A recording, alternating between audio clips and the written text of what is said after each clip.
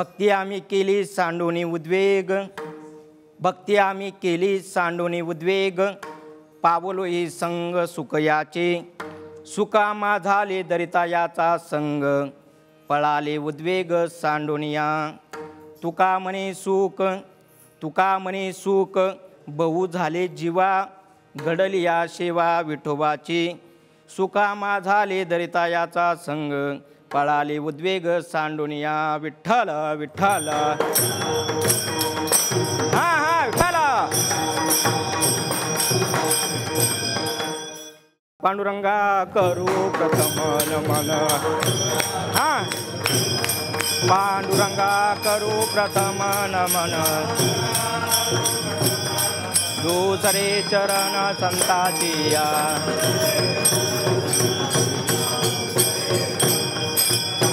त्यांच्या कृपादाने कथेचा विसारू, त्यांच्या कृपादाने कथेचा विस्तार,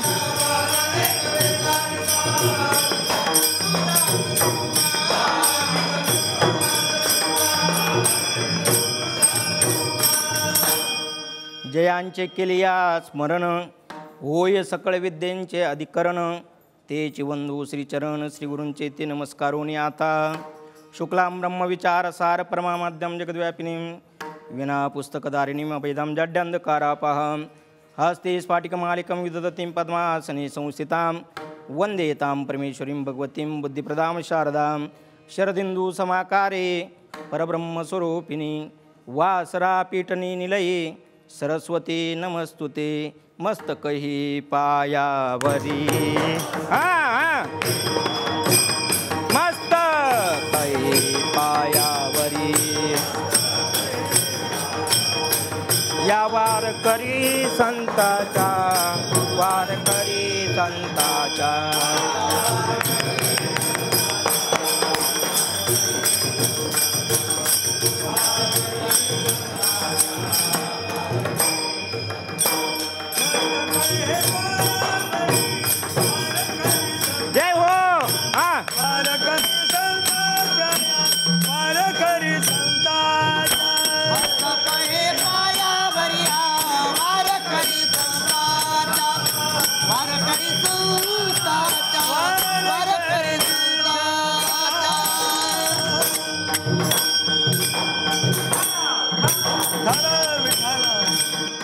भक्ती आम्ही केली सांडोनी उद्वेग, भक्ती आम्ही केली सांडोनी उद्वेग, पावलो ये संग सुख याचे, सुका माझाले दरिता याचा संग, पळाले उद्वेग सांडोनिया. प्रस्तुत प्राप्त स्थळी प्राप्त समय कीर्तनरूपी सेवेकरता निवडलेला अभंग.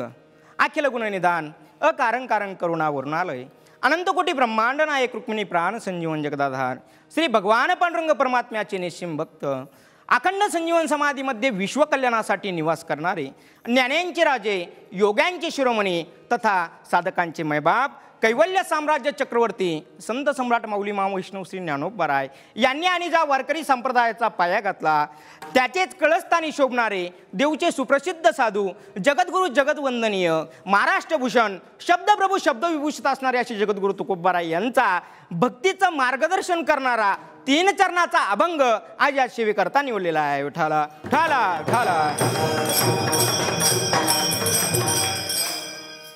अभंग अतिशय सुंदर आहेत. भक्तीचं महत्त्व सांगणारा हा अभंग आज या सेवेकरता निवडलेला आहे. असंही महाराज, माणसाच्या जीवनामध्ये काही गोष्टी अतिशय दुर्लभ सांगितल्या जातात. महत्त्वाची गोष्ट म्हणजे तुम्हाला आम्हाला जे शरीर भेटलंय, हे शरीर भेटणं हे अतिशय दुर्लभ सांगितलेलं आहे. असंही महाराज, माया तयार झाली. मायेने काय केलं महाराज, ती भगवंताजवळ आली आणि भगवंताजवळ तिने येऊन प्रश्न केला, देवा आता नेमकी माझं राहण्याचं ठिकाण कुठं, मी नेमकी थांबायचं कुठं. भगवंताने सांगितलंय, बघ मला स्वतःला एकट्याला या ठिकाणी करमत नाही. माझी अशी इच्छा आहे का या ठिकाणी आपण सृष्टी उत्पत्ती करावी. त्याकरता मला तुझी मदत अत्यंत गरजेची आहे. तू एक काम कर. काय काम कर, या जगतामध्ये सर्वत्र ठिकाणी तू व्यापक हो. तू एकदा सर्वत्र ठिकाणी गेली रे गेली का मी सृष्टी करण्याकरता तयार होणार. मग तिने काय केलं, ती सर्व जगतामध्ये सर्वत्र ठिकाणी व्याप्त झाली.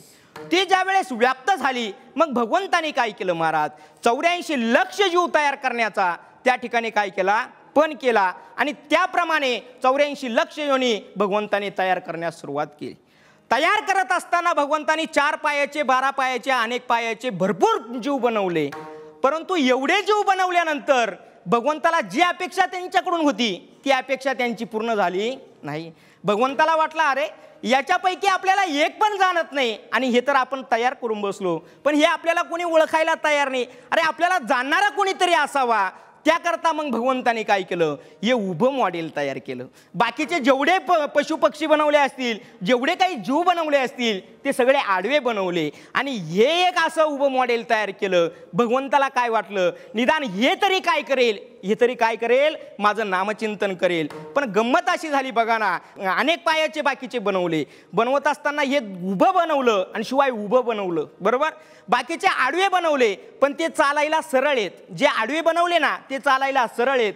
हे उभं बनवलं पण चालायला सदा आडवे आहेत. विठाला ठाला ठाला. तसं जर बघायला गेलं भगवंतानी कोणाकडेच गुण दिला नाही असं नाही महाराज. प्रत्येकाकडे काही ना काही गुण दिला. असा एकही पशुपक्षी तुम्हाला दिसणार नाही का त्याच्याकडे तुम्हाला काही गुण सापडणार नाही. मला सांगा ना, तुम्ही माशी बघितली का? माशी बघितली. माशी सर्वत्र ठिकाणी बसते महाराज. पेड्यावर बसेल, गुलाबजामवर बसेल, जिलेबीवर बसेल, एखाद्या घाणीवर बसेल, गटारीवर बसेल. पण ती माशी कधी विस्तूवर बसली असं कधी बघितलं का तुम्ही? नाही. का? भगवंतानी तिला हे ज्ञान दिलंय. आपण जर विस्तावर जर बसलो तर आपली काय होईल? राख होईल. हे कोणाला कळतं? हे माशीला कळतं. म्हणजे थोडक्यात माशी विस्तावर बसत नाही. अशी कितीतरी उदाहरणं मी तुमच्या पुढे मांडेल. मला तुम्ही एक सांगा ना, 5-25 गाढवं एकत्र आले आणि पंढरपूरच्या वारीला गेले असं कधी बघितलं का तुम्ही? नाही. त्यांच्याकडे ते ज्ञान नाही महाराज. पशु काय पाप पुण्य जाणती, उत्तम मध्यम भोग भोगिती, हे ज्ञान त्यांच्याकडे नाही महाराज. फक्त या नरदयाकडे आहेत. या नरदयाने तुम्हाला जे पाहिजे ते तुम्हाला होते येतो. अहो किती गुण सांगावे तुम्हाला पशु पक्ष्यांचे? अनेक गुण सांगता येतील महाराज. तुम्ही असं कधी पाहिलंय का, एखादं कुत्रं मेलं रस्त्यावर आणि त्याला माणसाची उपमा दिली असं कधी बघितलं का तुम्ही? कधीच नाही. एखादं कुत्रं असं रस्त्याने चाललं, पाठीमागून भरधाव वेगाने गाडी आली, गाडीने त्या कुत्र्याला त्या ठिकाणी उडवलं. ते कुत्रं त्या ठिकाणी गतप्राण झालं. गतप्राण झाल्यानंतर काही 4-5 लोक त्या कुत्र्याजवळ गेले आणि असं कधी म्हटले का काय माणसाच्या मौतीने मेलं?